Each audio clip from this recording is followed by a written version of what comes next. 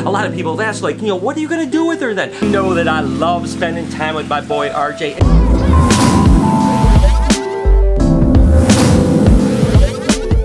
Good morning, everybody, and welcome to the vlog. I hope the start of your day is absolutely incredible. I wanted to start my day with Verde, the green anaconda, and talk a little bit about the future of this girl. Of course, she is just a little baby. I mean, unless she's a year old. She is going to start to really explode over the next 12 months or so, but it's probably going to take about 5 or 6 years before she's 10 plus foot. A lot of people have asked, like, what are you going to do with her then? I cannot wait to design a new enclosure that goes somewhere here in the zoo that will be like half aquatic. That's right. The one thing that I've really been kind of excited about is to add more water features. When I went swimming with Lucy and Elvis, it started to really make me think, like, somehow I've got to redesign some of these enclosures so that there's a lot of water features so they can get into it and really enjoy it. Well, anacondas love water, so she's going to need probably about a 50% water enclosure. So we'll go ahead and move her up to something that's probably mid-size, like our cages that are 4 foot or 6 foot, and then eventually she'll go up to an 8 or even 10 foot cage. Whether we redesign some stuff here at the Reptarium or, hey man, I've been talking about opening up a second Reptarium in Grand Rapids, Michigan,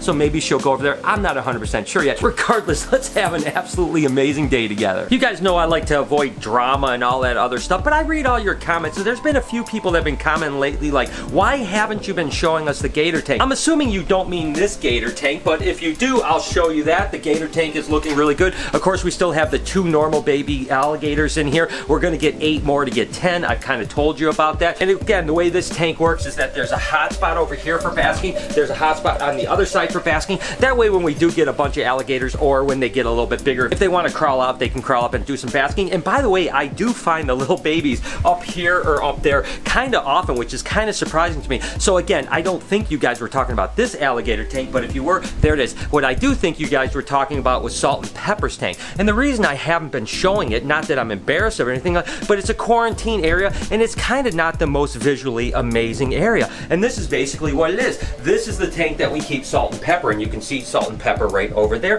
It's just a really plain tank. We have a few inches of water in it, which is plenty of water, and then we have a little spot that they can climb out if they want to. With the hot spot, we have an Exoterra mercury vapor bulb that actually has a filter on it because the albino's eyes sometimes have a little bit of issue, so we don't want it to have blinding eyes or anything like that. So basically what we're doing is we're just keeping it in a really plain type of setup like this, keeping the water nice and clean. That way we can keep a real close eye on them so we know that they're feeding and everything like that. That's all it is. So no drama, people. I'm not hiding anything from you guys. I mean, it just doesn't look that appealing. I mean, I got these beautiful displays out there. Of course, I'm not going to be like, oh, look at this back room with this quarantine tank. That's basically what it is. Once they get a little bit bigger, I'll go ahead and put them out on display in the Reptarium. While we're at it, we might as well go ahead and weigh Salt and Pepper. Of course, you remember that Salt was 63 grams just like 2 days ago. Let's see if she's put on anything. Yep, it looks like 65, 66 grams, something like that. So just in a couple days, she gained a couple, 2 or 3 grams. So she is definitely doing good. Let's check Pepper. Pepper was 113 grams.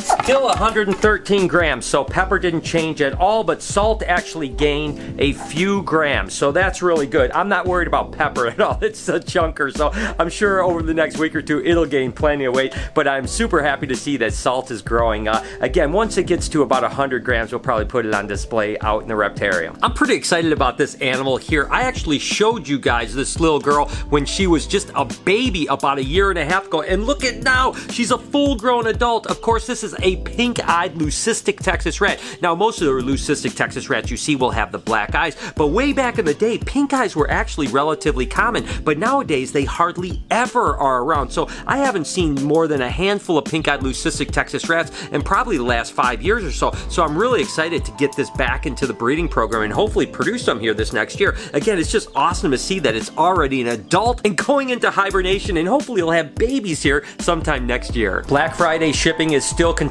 Day 3 of shipping. You can see there's a lot of stuff. Amazon tree boas, milk snakes, Hondurans, rainbow boas, even some rough scale sand boas, even a nice well-started gargoyle gecko, spotted pythons, all kinds of stuff. Got pythons down here, all the boxes going. Definitely still a lot of animals going out. Again, thank you guys for making the BHB Black Friday sale such a success. Guys, you know that I love spending time with my boy RJ, and one of the things that's really interesting is now that the Reptarium is open, he even comes out around people a lot more often, so he's even getting more docile. In my training training has really been able to hone in on certain things with him, how I can trigger him to stop wiggling, all kinds of stuff like that. So it's been an absolute pleasure. And speaking about pleasure, I gotta tell you guys about something. A bunch of people have asked me, like, when's the next merch coming out? Well, guess what? You guys have been asking for RJ merch, and I'll be totally honest with you. I think it's my favorite merch ever. So, RJ, point up to the corner, right there, right there, right there. That's right. This merch is gonna be available. I'm gonna put a link down in the description. It's only available as a flash sale for 2 weeks, but you can get it in time for Christmas. Not only can you get t-shirts, hoodies, long sleeve shirts,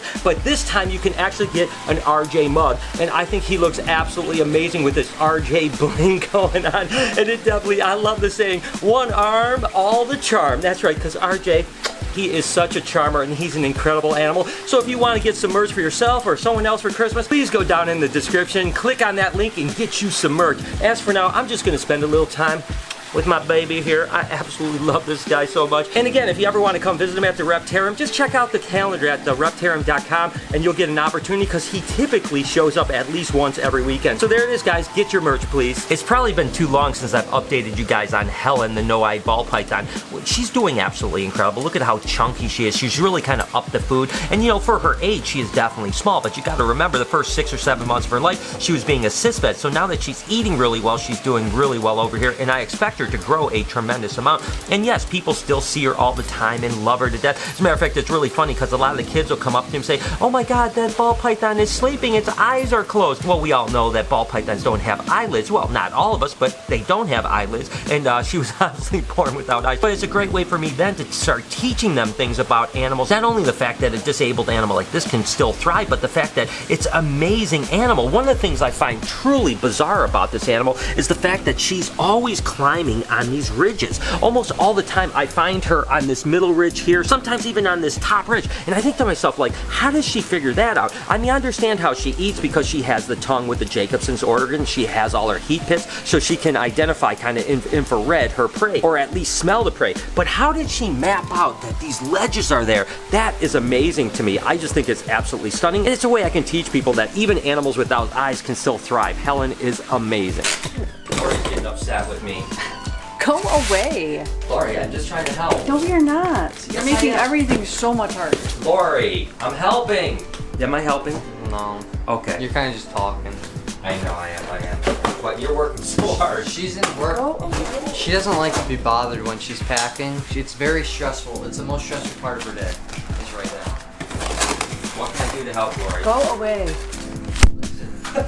A bunch of people have asked me about what's going on with the Reptile Prime enclosures. This happens to be the exact leopard gecko enclosure that we'll be selling here pretty soon. And I love the fact, look at this bold bell. That's where it always hangs out. That's one of the things I love about these naturalistic things is you find out things that are just bizarre. Of course, we have a nice hide box right here, a nice little water bowl that looks really cool. But they use all kinds of the nooks and crannies in here. They're sometimes up here, over here. This one, like I said, always likes to hang out here. And I am trying to launch these before Christmas. Everything is done. Universal Rockside is 100% done. All we have to figure out is the last pricing and the shipping on them. And once that's done, we are 100% ready to go. So with any luck, within the next week or so, we will have the leopard geckos, the ball python one, and all of the backdrops available too. So if you have an Exoterra, a Zoomid tank, we will have a handful of backdrops for each of those available. Make great Christmas presents. Not that I'm trying to sell you on things, but I'm just trying to tell you I'm trying to move forward, and I absolutely love this enclosure. These guys are absolutely spectacular. These are anuretristic Brooks king snakes. Look at that animal right there.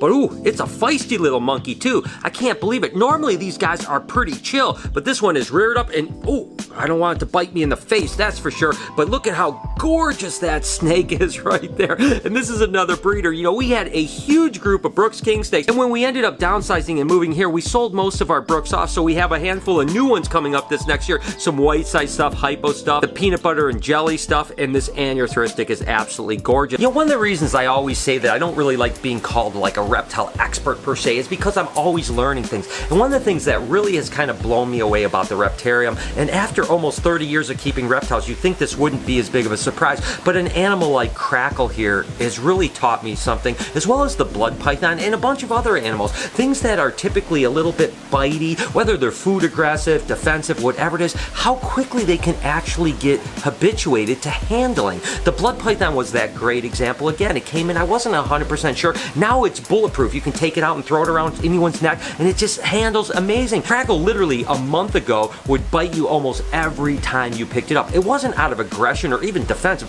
It was just a food thing. So once you picked it up, it would crawl around and then it would just bite your finger. Of course, we documented Bruce getting his finger eaten by this guy and stuff like that. And now here, just a month later, with us handling, it's completely fine. We've had it out this last weekend. Nobody got bit. We're still being a little bit gentle with this one just to make sure, but I think within the next couple weeks, this is going to be another ambassador that we can completely trust. So again, it's like I said, I learn things all the time, and I'm pretty amazed at how quickly these animals can be really dependable when it comes to handling. Oh good, I've got the whole plan here. I was going to ask you guys, this is actually something that came up with Laurie before. Would you guys ever buy someone a car for Christmas? She said that she sees it and she's like, nobody buys people cars for Christmas. Would you? I would never have the money to buy someone a car for Christmas. I mean, I can't afford.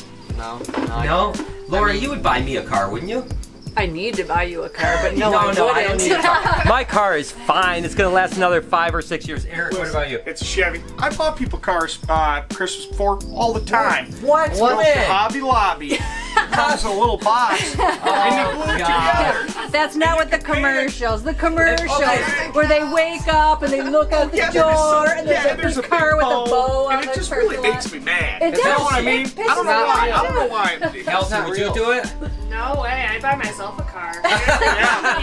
So, okay, I'm going to change up the question. If you guys were rich, I mean like rich, would you buy a car? Well, if I had the money, yeah. Oh, see? There you go. There's your person right there. See, I don't think so, because honestly, if you're going to buy a car, you're just going to buy a car. It's not going to be a Christmas present. It's like, come on. I would. Come on. If you had the money, would you? Yeah, if money were not an object and someone needed it, then definitely. Aw, see, Kelsey's nice. So Listen, no, basically, we're I all wouldn't- good people besides you. I wouldn't That's buy you okay. Christmas. You're is gonna what save I'm your saying. money. It wouldn't be the Christmas. Laurie, you Just can't take that money here's to a your car. grave, you know? You know what? Screw you. No, I wouldn't buy you a car. Yeah, what's the old saying? Oh, and by the way, for those of you that watched yesterday's vlog, you saw that I got bit in the finger, and you could see that's all it was. It bled quite a bit because that's what snake bites do, but I wanted to assure you that it was not a big deal, and I also wanted to assure you how amazing Casper is. I mean, you can see right here, Casper is just a puppy dog. Nothing to be concerned about at all. It was just a food thing. It happens. As a matter of fact, the majority of my snake bites actually come from mistaken food, and what I basically means is that sometimes I use too short a tongue, sometimes I don't use tongues at all, and the snakes just kind of go strike for the food, and they miss the food, and they hit my hand or arm or whatever the case may be. It's not an aggressive snake thing. It isn't even a defensive snake thing. It's just a food thing. You can see Casper is absolutely amazing, so I don't want anyone to think like, oh my god, Casper got mean or bit Brian on purpose. It was totally my fault, and again, no big deal, but I just wanted to make sure you guys understood that. Doggy, take a look at this albino high white, black and white California king snake. Wow, that is a gorgeous animal. Oh my god, I absolutely love this to death. This is a new male that'll be breeding next year. We're always trying to like upgrade and refine our stock. This is definitely gonna make an absolutely stunning breeder next year. Here's another snake that I'm really excited about bringing up a whole new group of, and of course it's a really simple snake. It's just a candy cane corn snake, and what candy canes are is just an albino or amelanistic corn snake, but just have a lot of high white in them, and it's something that we worked with years ago and just kind of stopped working with them for a while. So we're raising up some new animals that are absolutely beautiful. These guys aren't like super expensive or super rare at all, but they're absolutely beautiful, and I can't wait till we produce a bunch of them here in the next year or two. And what the heck, as I'm talking about corn snakes that are coming up in the next year or two, take a look at this right here. This is actually an Abbott's Okatee corn snake. Now the Okatees are known for that heavy black border around the saddles, but the Abbott's Okatees are really considered the best line of all. And it's actually a guy I've known for a long time named Lee Abbott that actually just line bred these animals to produce the absolute best ones. We're raising up like 6 or 8 of these guys, and who doggy, they're all beautiful. And I tell you what guys, I think I'm gonna go ahead and end the vlog and wish you guys an absolutely amazing day, evening, whenever you happen to be watching. As always, I'm gonna tell you that your support means the world to me, and I truly love you guys too much because it's the truth. I really do love you guys. Can you do do me a couple favors before we get out of here? Can you smash that like button? Turn those post notifications on so you know when I upload a video. Make a comment down below because, again, I love reading about your beautiful faces. Be kind to someone today, and I promise I will see you guys tomorrow.